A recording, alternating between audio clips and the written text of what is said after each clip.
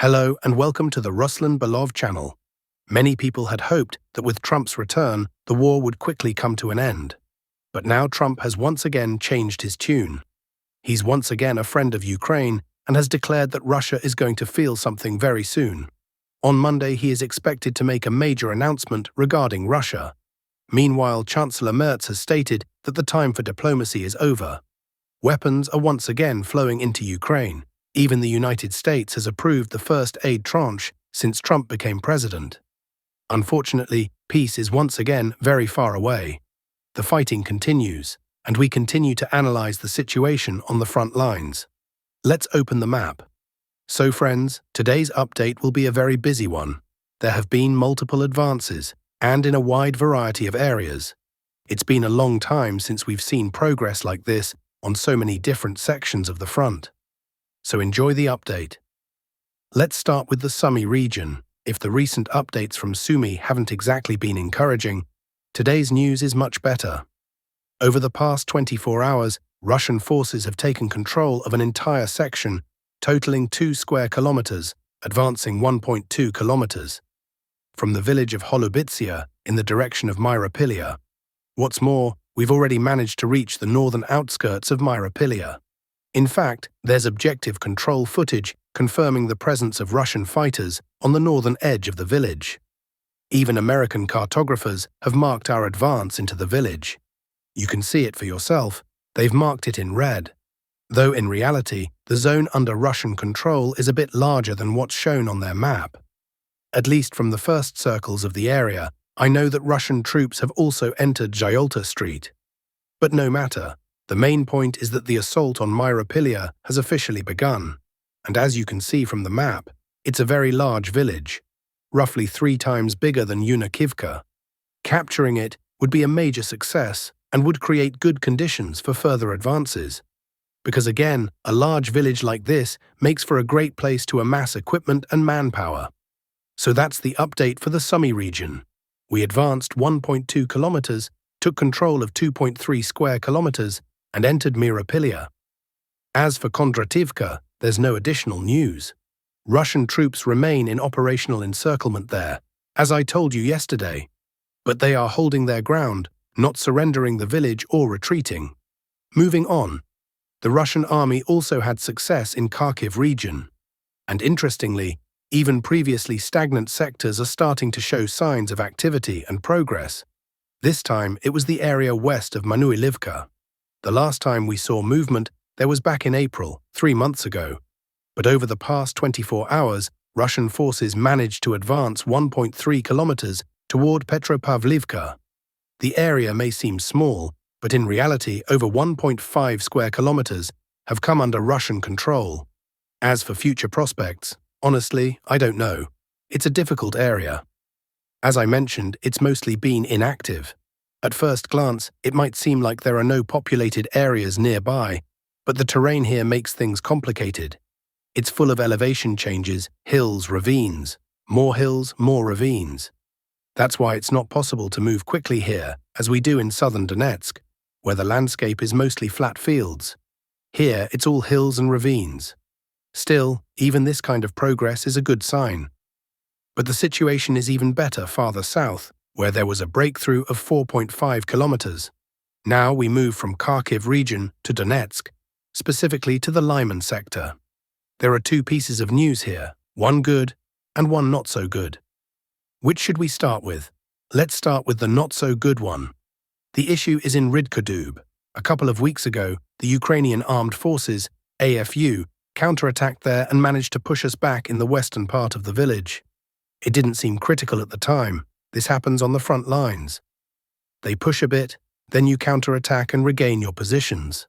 But this time, we didn't manage to retake the positions, despite some military correspondents and bloggers claiming otherwise, that the AFU had been pushed out and everything was back under control. As you may recall, I didn't say that, because it wasn't true. The AFU continued to hold the western part of Rydkodub. And now, in the past 24 hours, they launched a powerful counterattack and have now pushed Russian forces out of the central part of the village as well. The current situation, 80% of Rydkodub is under Ukrainian control. We're now holding only the eastern part of the village. The area that has changed hands amounts to 1.7 square kilometers. But there's also good news from the Lyman sector, as I said. It's to the south of Rydkodub. Take a look at this. Over the past few days, Russian troops have launched several powerful attacks and advanced 4.5 kilometers, managing to drive the AFU out of the village of Zelenaya Dolina. By midday yesterday, footage confirmed our presence with flags raised in the center of the village. The territory now under Russian control totals 8.5 square kilometers. So despite the issues in Rydkodub, we're still showing good results. 8.5 square kilometers is a solid gain. Now, following the capture of Zelenaya Dolina, I expect the advance will proceed in two directions. First, westward toward the river, to secure that section and strengthen the very narrow strip of territory we control there. As you can see, we've moved quite far ahead, but the front there is very narrow. That always leaves us vulnerable to potential flank attacks, especially with the current setbacks in Rydkodub. Second, the advance will likely continue southwest toward Shadrihalov. There's a direct road from the village leading there. And Shadrihalov borders Drobyshev, which in turn borders Lyman. That's the configuration of the front in this area. We'll continue to monitor the situation together. We move on. Good news also came from the eastern flank of Mirnohrad. The operation to encircle the large Pokrovsk agglomeration continues. Over the past 24 hours, Russian forces managed to advance 1.2 kilometers north of Koptyevo. As a result, the village of Novotoretskoye, which is currently the next immediate target, is now blocked from the eastern side.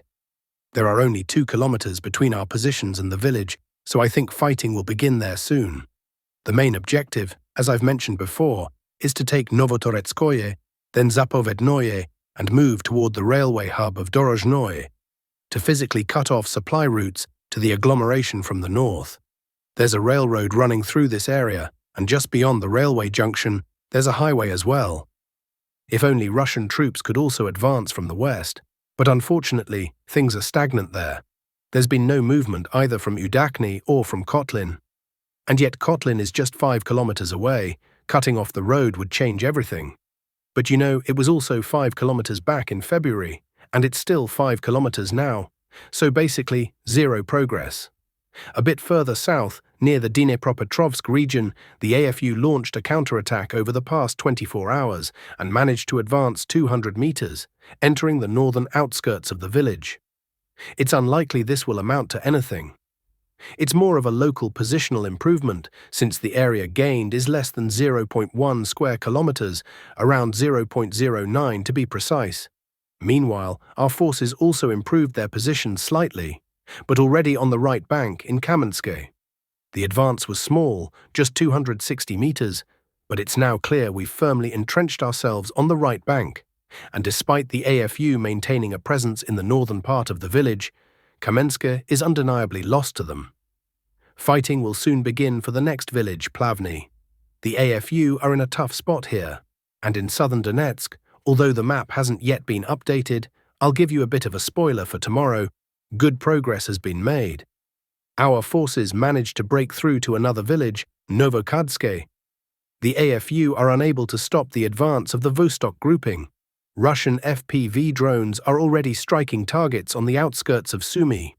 The Russian army continues its campaign to systematically neutralize territorial recruitment centers, TCCs, across various regions of Ukraine. While earlier strikes were reported in Kharkiv and Zaporizhzhia, this time drones reached Odessa.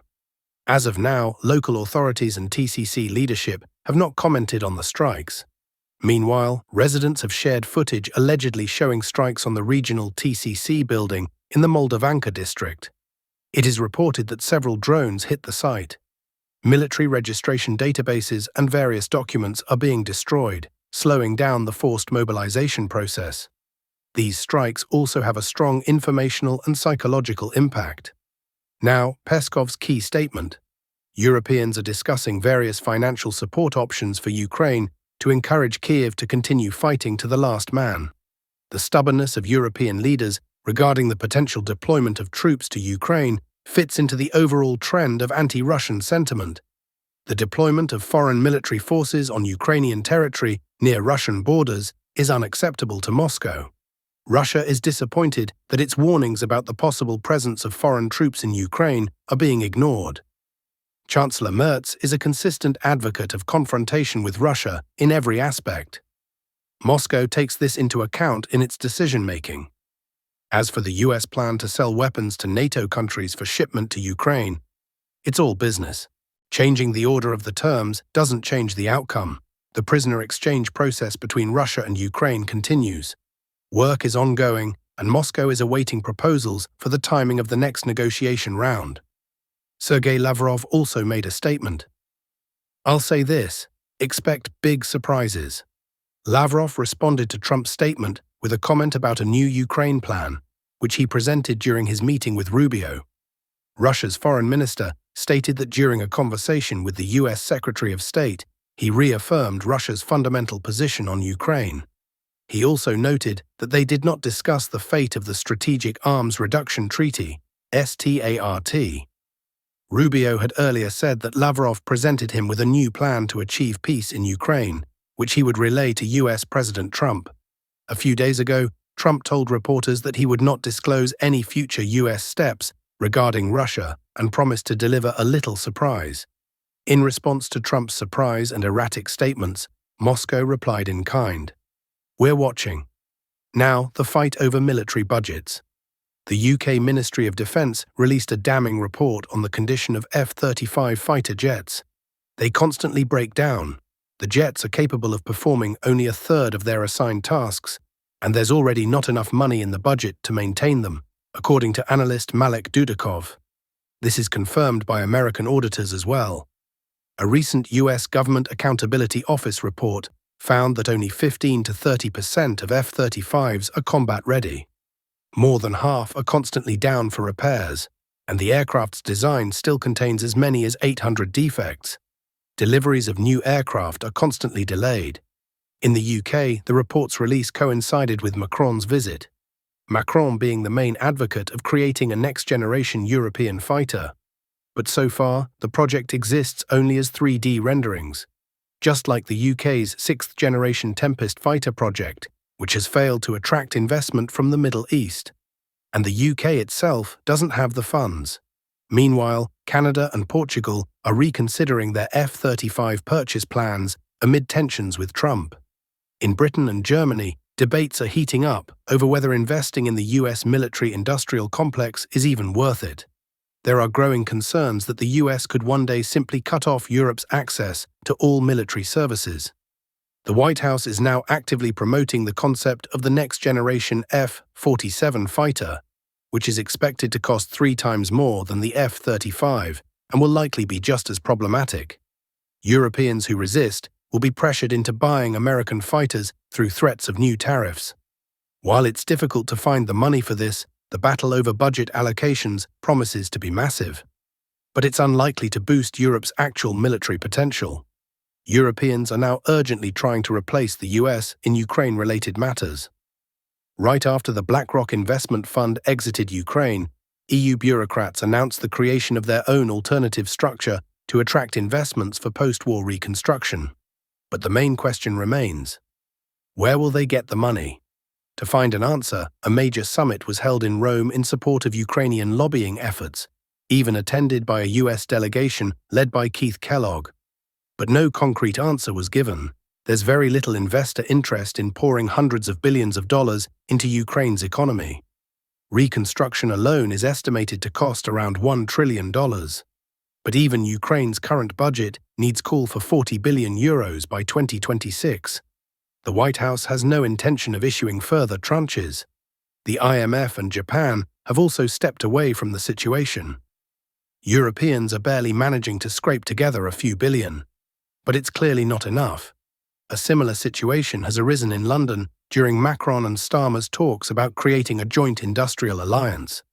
It sounds almost ironic given the rapid deindustrialization of Britain, marked by the closure of its last steel, chemical and oil refining plants.